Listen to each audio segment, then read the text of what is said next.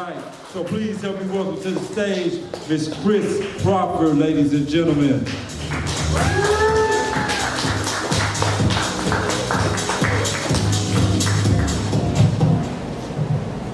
Good evening. The day I found out my hero was human, my Superman, my heartbeat, my grandfather, he's beaten. His kryptonite, stage 4 prostate cancer, metastasized beyond treatment. He can't fight anymore. Yet this is the same man I watched drop kick a heart attack and come back stronger. I guess his resounding will to live has evolved into a quiet yearning for death. Kryptonite crumbled my grandfather to fragments of himself. Some pieces of him moves around in a disoriented state. Other parts of him uses scrambled words to muddle jumbled phrases. Home won't I go where? This is sad. My grandfather's words once carried so much weight, people would line up just to say they helped carry them through. Now I see it in his eyes, speaking hurts too much. He built a force field of protection behind his eyelids. Pain can't find him in the dark. But I'm selfish. I want him to know that I'm here. I yell, Superman! Don't give up. Squeezing his hands, trying to squeeze him back to normal, my healthy, upbeat grandfather. His heart was his cape, and he wrapped me in it well. He never let that cape hit the ground. Anytime I needed anything, all I had to do was call, and my granddad would swoop in and save the day. Like the time when I was 4 years old and I used to see ghosts in the house. My granddaddy put on his cape and scared the ghost away. Still squeezing his hand, he squeezes back, my heart smiles, flashback to the days when he used to take me to go get ices, riding on the back of my granddaddy's truck. I love riding with my granddaddy. He would tell me, the world is mine, everything is mine, and he did his best to try to give it all to me. The present pulls me back. Just as quickly as he came, he left again, fading into darkness with his eyes wide open.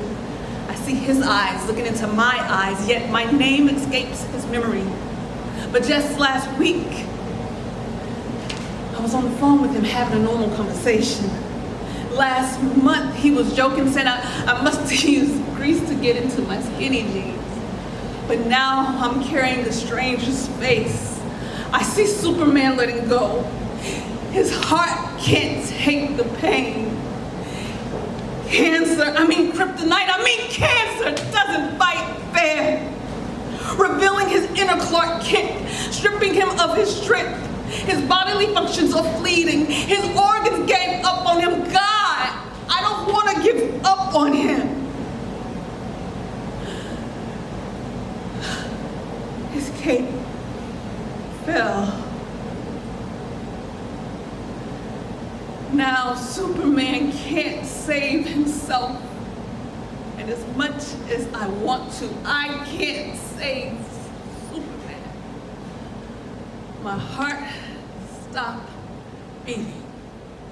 I watched Kryptonite defeat Superman. Oh, yeah.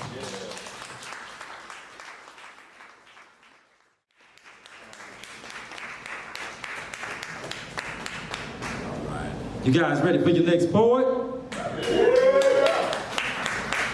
So as I mentioned, this is definitely a family affair, and this young lady blew my wig back. Next Thursday, if you guys find yourselves in, what is that? That's Mo City? Sugarland. Sugarland? Is it Sugarland? It's Mo City.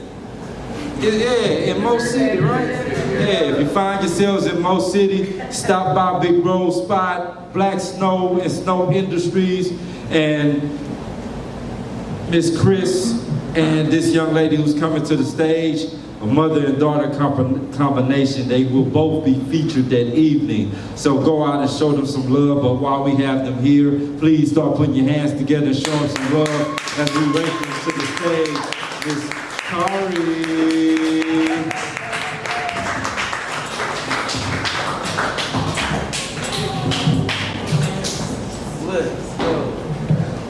Clouds are spots, way up high. If you just see spots, do you still see sky? Clouds are the closest part. The sky beyond is endless dark. And that dark is endless spots. Just see spots, you miss the mark.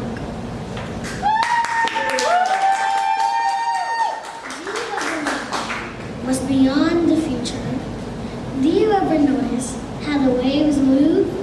Do you ever feel how the air feels? Do you ever see how special you are? If you can wonder, notice, and see all of those things, you should know you are special.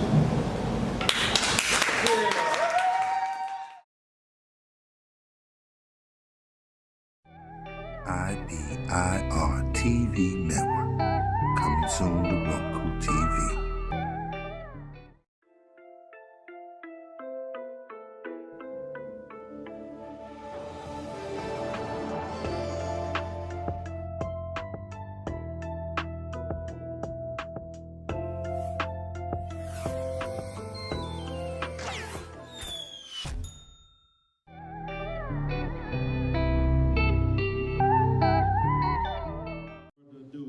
Please help me welcome to the stage, Mr. Kyle Blue.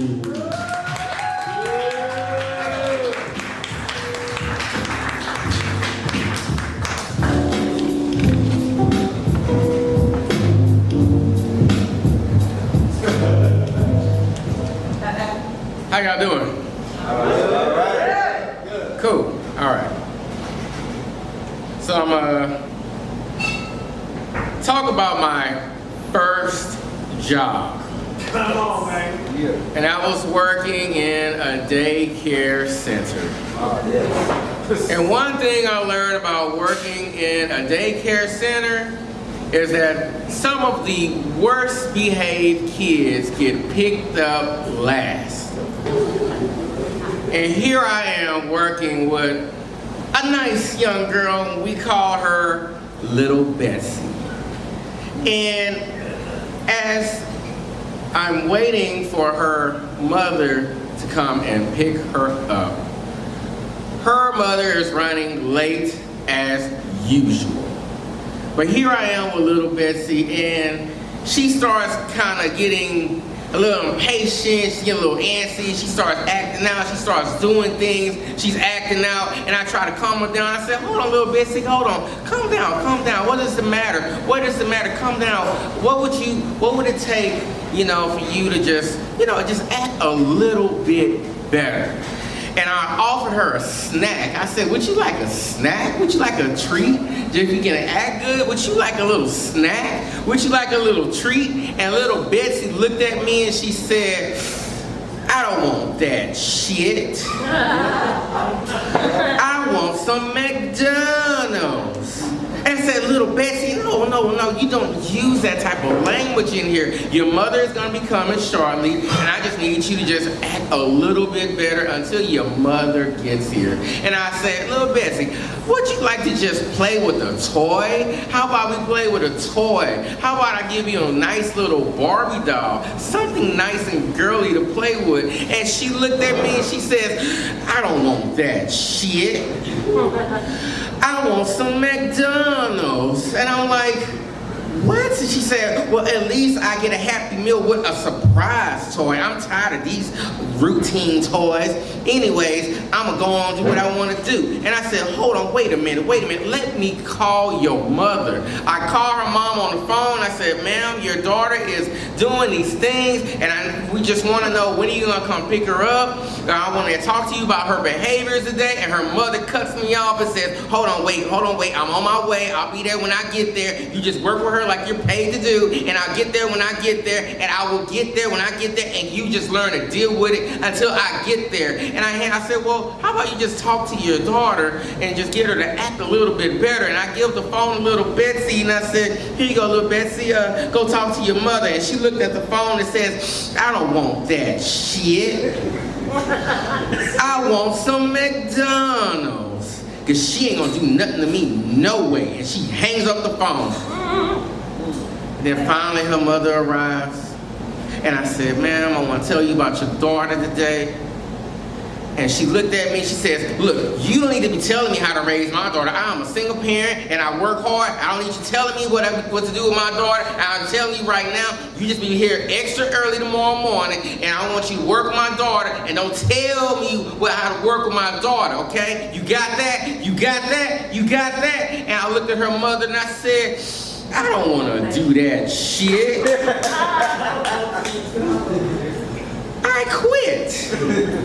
And now I want some McDonald's.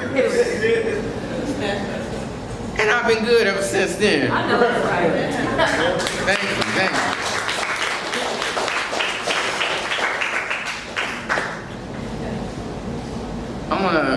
I did this piece for my mother. Hey, Mama. Lately I've been acting bad. Guilt in my heart and the regret I had of not embracing you, and now I'm facing you to have a better relationship and to stop disgracing you.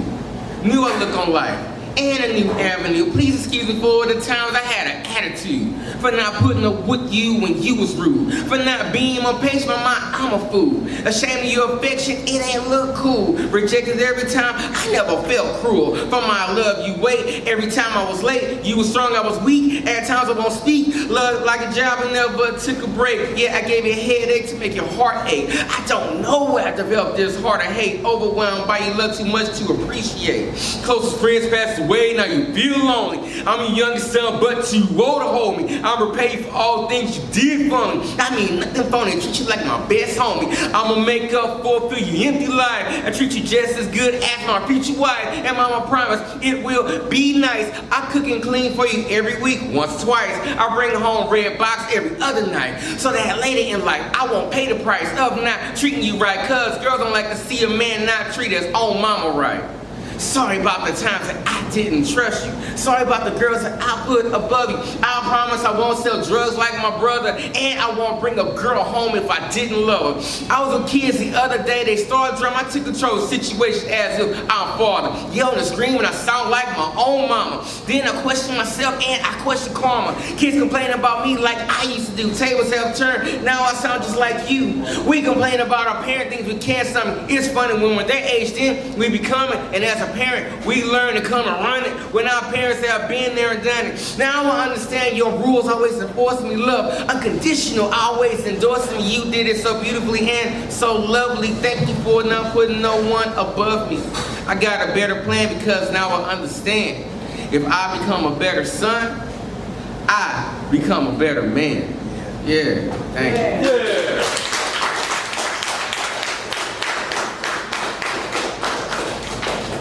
My father used to work in Iraq during the wartime. And he'd tell me stories, right? So I'm gonna share it with you. I'm a soldier. Think of me as a soldier, all right? Yes, sir.